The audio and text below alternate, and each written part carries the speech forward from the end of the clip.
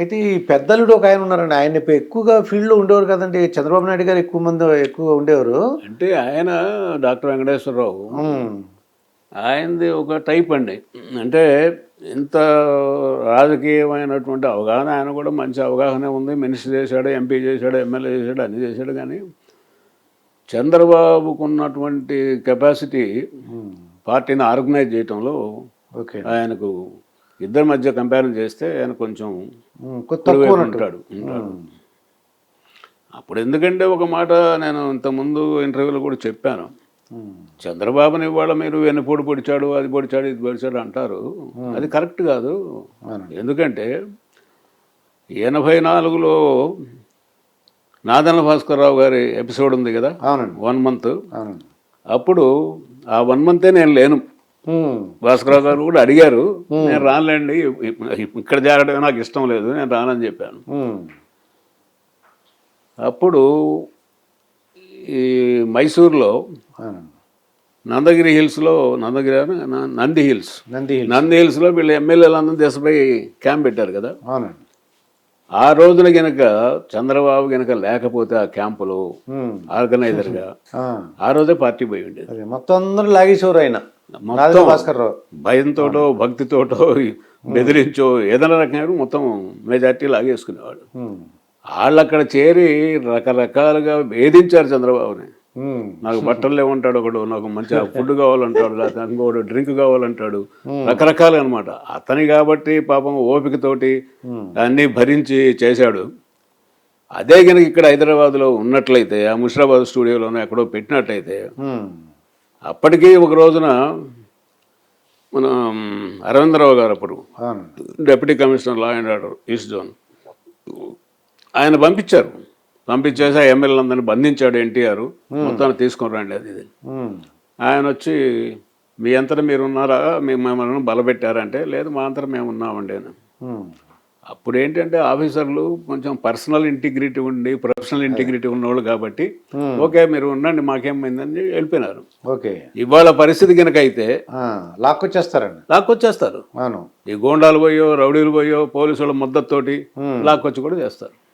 Correct అండి. అప్పుడే పార్టీని బ్రతికిచ్చింది చంద్రబాబు. ఆ తర్వాత 94లో ఆయన అధికారంలోకి వచ్చినాక, ఎన్టీఆర్ మళ్ళీ అధికారంలోకి వచ్చిన తర్వాత సరే అప్పటికి ఆయన జీవితంలో ప్రవేశించింది. నిజమా అబద్ధమా ఎంత అనేది రకరకాల ఊహాగానాలు ఉన్నాయి అందులో.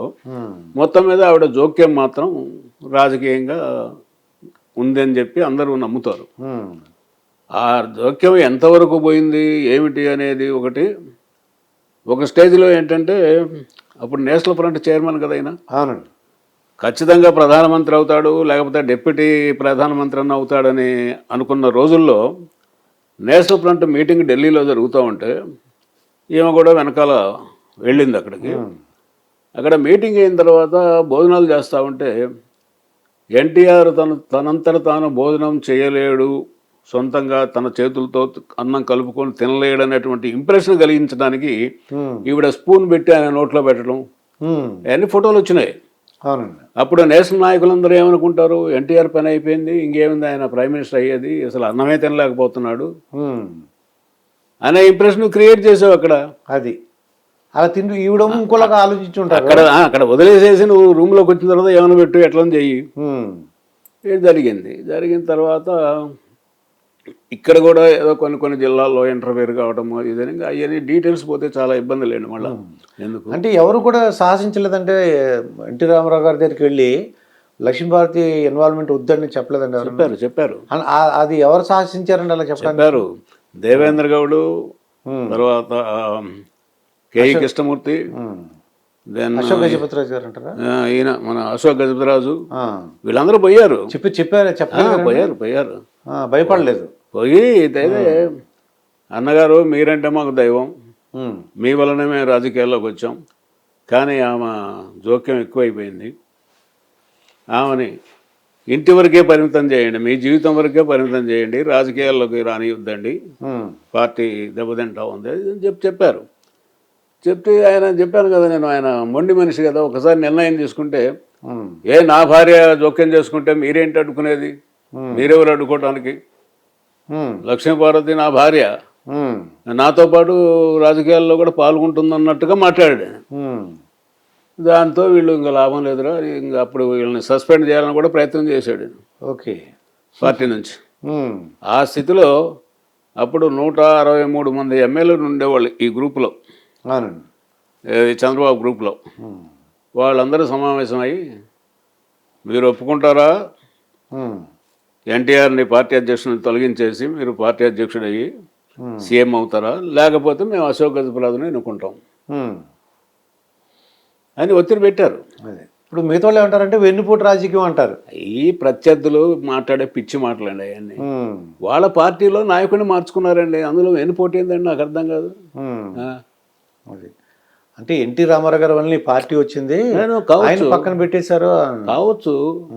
ఇప్పుడు ఎన్టీ రామారావు వల్ల పార్టీ వచ్చింది, పార్టీ వచ్చిన తర్వాత పార్టీ అందరిది. అది పార్టీని కాపాడుకోవాల్సిన బాధ్యత అందరి మీద ఉంది, అందరిది ఉంది. పైగా ఆ జరిగిన పొరపాటు గ్రహపాటు వాళ్ళ గురించి చెప్పారు పాపం, పోయి చెప్తే ఆయన వినలేదు. మరి పార్టీ భ్రష్టు పడిపోతుంది, రాజకీయాల్లోకి వచ్చేసి మరి అవునే సీఎంగా చూస్తారా వీళ్ళు? చూడలేరు కదా. అవునండి. సో ఇప్పుడు మనం చూస్తున్నాము చంద్రబాబు నాయుడు గారి ఆంధ్రప్రదేశ్లో ఈరోజు చంద్రబాబు నాయుడు గారు జైల్లో ఉన్నారు. సో మీరు రామారావు గారితో అలాగే చంద్రబాబు నాయుడు గారితో కూడా మీరు బాగా పరిచయం ఉన్న వ్యక్తి మీరు. సో ఈరోజు అంటే చంద్రబాబు నాయుడు గారు జైల్లో ఉండాల్సి రావటం అనేది మీకు సంబంధించినంత వరకు ఎలా అనిపిస్తుంది మీకు? అంటే ఆయన అందరికీ తెలిసిన విషయమే, నేనేం చెప్పక్కర్లేదు, చాలామంది పెద్దలు చెప్పిన విషయమే. విజన్ ఉన్న వ్యక్తి అండి ఆయన. ఇప్పుడు ఆయన చాలామంది చెప్తారు కానండి ఆయన వెన్నుపోటు అని. It's not correct. రామారావు గారి విషయం. ఓకే.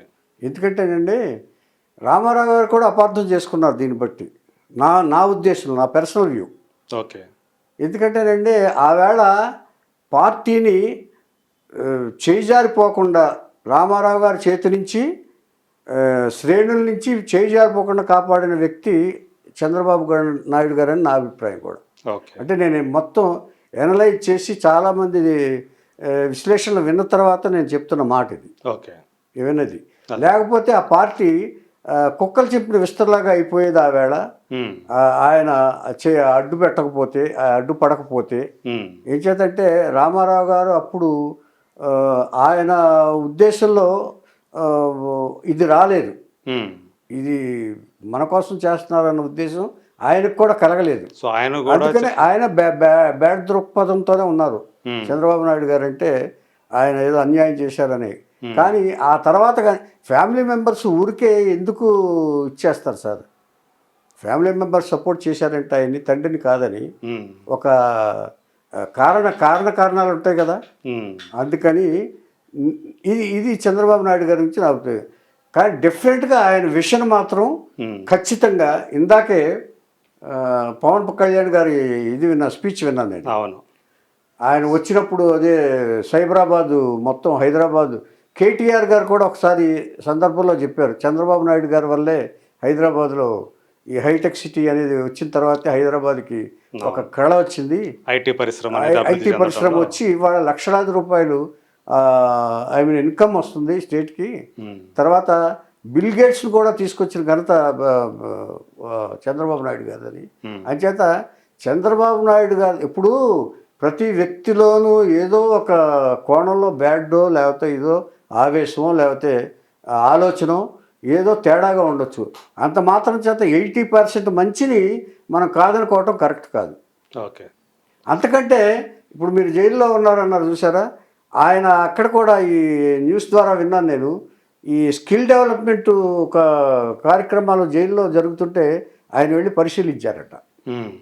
దీన్ని బట్టి ఆయన ఆలోచన ఎంతవరకు ఉంది అంటే ఆయన బాధపడుతున్నా కూడా తను ప్రారంభించిన పరిశ్రమ ఎలా ఉందని పరిశీలించడానికి వెళ్ళారు అంటే ఆయన మైండ్లో ఈ ఇవే లేవని అర్థం అవుతుంది, ఆయన విజన్ అర్థం అవుతుంది. అంటే నేను ప్రారంభించింది ఎలా జరుగుతుందని పరిశీలించడం అనేది స్టార్ట్ చేసిన వాడి లక్ష్యం. అది దీన్ని బట్టే చంద్రబాబు నాయుడు గారి అభిప్రాయంలో ఉపయోగించుకోవచ్చు. ఇప్పుడు బ్యాడ్ అంటారా, రాజకీయ కోణాల్లో అనేకమైన వాళ్ళు ఎత్తుగడలు అవి ఉంటాయి. వాటన్నిటిని మనం పరిశీలించకూడదని నా ఉద్దేశం. అదేలే. సో అంటే ఇప్పుడు ఈ విషయంలో ఆయన ఏదైతే ఇప్పుడు జైలుకి వెళ్ళాల్సి వచ్చిందో దేని గురించి స్కిల్ డెవలప్మెంట్ స్కామ్ అని చెప్పేసి అన్నారు కదా, అందులో అంటే ఆయన్ని సమర్థించే వాళ్ళు ఉన్నారు, వ్యతిరేకించే వాళ్ళు ఉన్నారు, అంటే రెండు వర్గాలు ఎదురుగా ఉంటాయి కదా.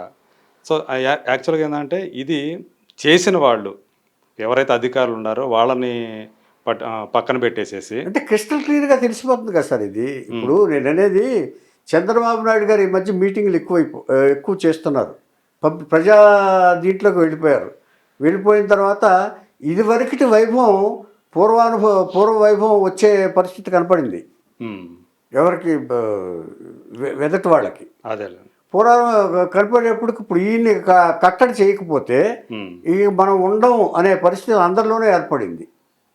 అందుకని ఆ పర్యవసానమే ఇది ఖచ్చితంగా అందరికీ తెలిసిన విషయమే, నేనే చెప్పక్కర్లా. అంటే అందరిలో ఒకటిగా నేను చెప్తున్నాను నేను. అదే.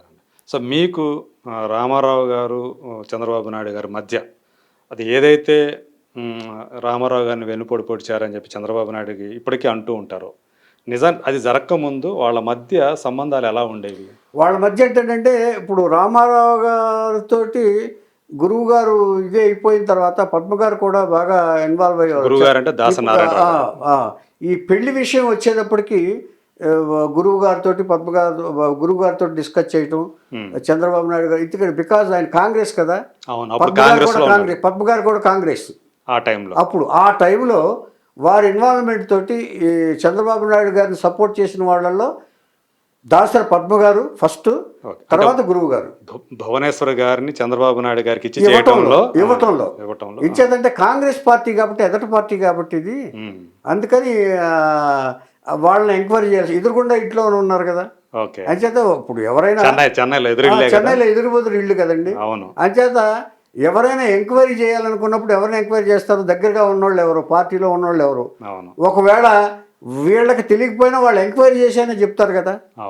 అందుకని ఆ సందర్భంలో చర్చలు వచ్చినప్పుడు చంద్రబాబు నాయుడు గారిని సపోర్ట్ చేసిన వాళ్ళు వీళ్ళిద్దరూ ఉన్నారు. మంచి అంటే యువకుడు, మంచి తెలివితేటలు గలవాడు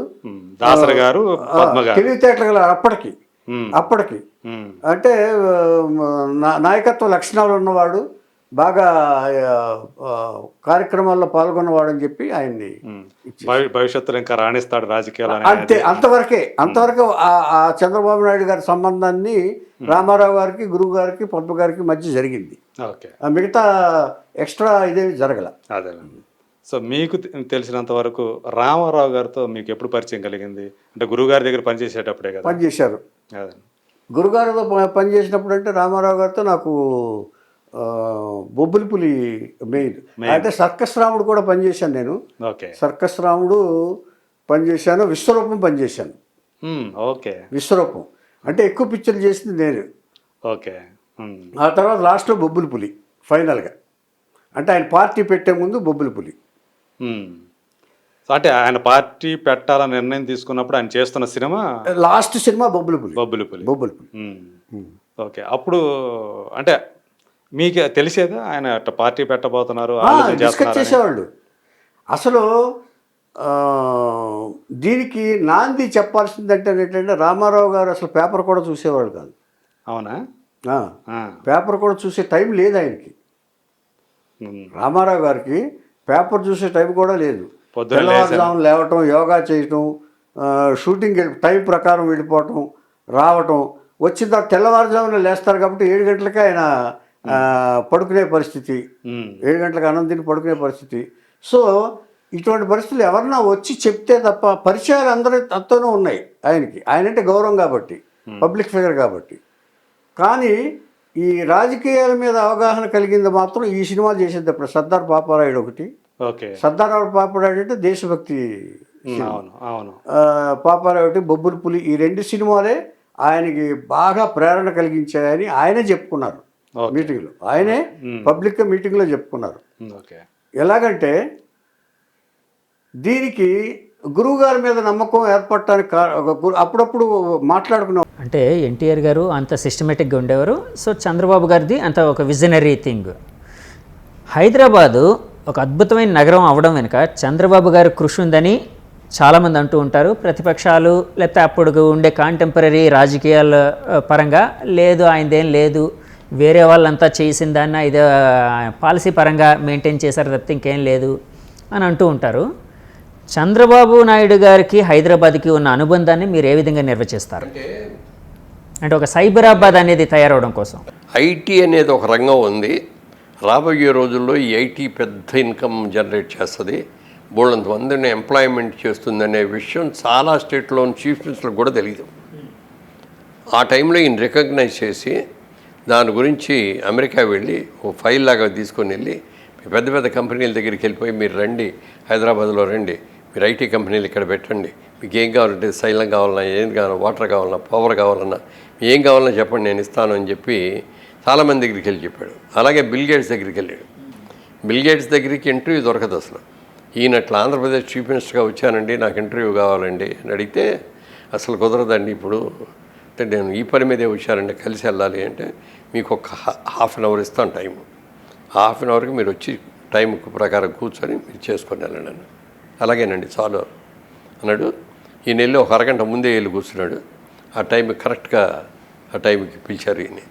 ఈయన వెళ్ళిన తర్వాత చెప్పండి చంద్రబాబు నాయుడు గారు ఏమిటి, ఏ పని మీద వచ్చారంటే అక్కడి నుంచి ఈయన ఎక్స్ప్లెయిన్ చేయటం మొదలుపెట్టి ఆంధ్రప్రదేశ్లో ఉన్న వనరులు ఇవి, ఇక్కడ ఉన్న స్టూడెంట్స్ అందరూ ఇంత బాగా చదువుకుంటారు, ఇంత కెపాసిటీ ఉన్నవాళ్ళు, ఇంత కష్టపడి పనిచేసేవాళ్ళు ఉన్నారు, అక్కడ మీ ఐటీ కనుక చేసేటడితే మేము ప్రభుత్వం తరఫు నుంచి మీకు ఏం కావాలన్నా చేస్తాం అని 2 hours చెప్పాడండి ఆయన. హాఫ్ అన్ అవర్ది 2 hours 2 hours అయిపోయింది. ఆయన లేవలేదు.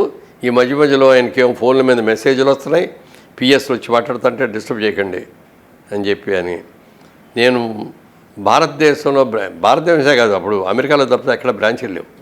నేను అమెరికా కాకుండా ఎక్కడ బ్రాంచీలు పెట్టదలుచుకుంటే మాత్రం మొట్టమొదటి బ్రాంచ్ ఇండియాలోనే పెడతాను మీరు వచ్చి చెప్పారు కాబట్టి, అది కూడా నేను హైదరాబాద్లోనే పెడతాను అని మాట ఇచ్చిన మాట నిలబెట్టుకొని మైక్రోసాఫ్ట్ వాళ్ళు ఎప్పుడైతే ఇక్కడికి వచ్చి వాళ్ళ ఆఫీస్ ఓపెన్ చేశారో అనగానే మిగిలిన వాళ్ళందరూ పరిగెత్తుకొచ్చారు.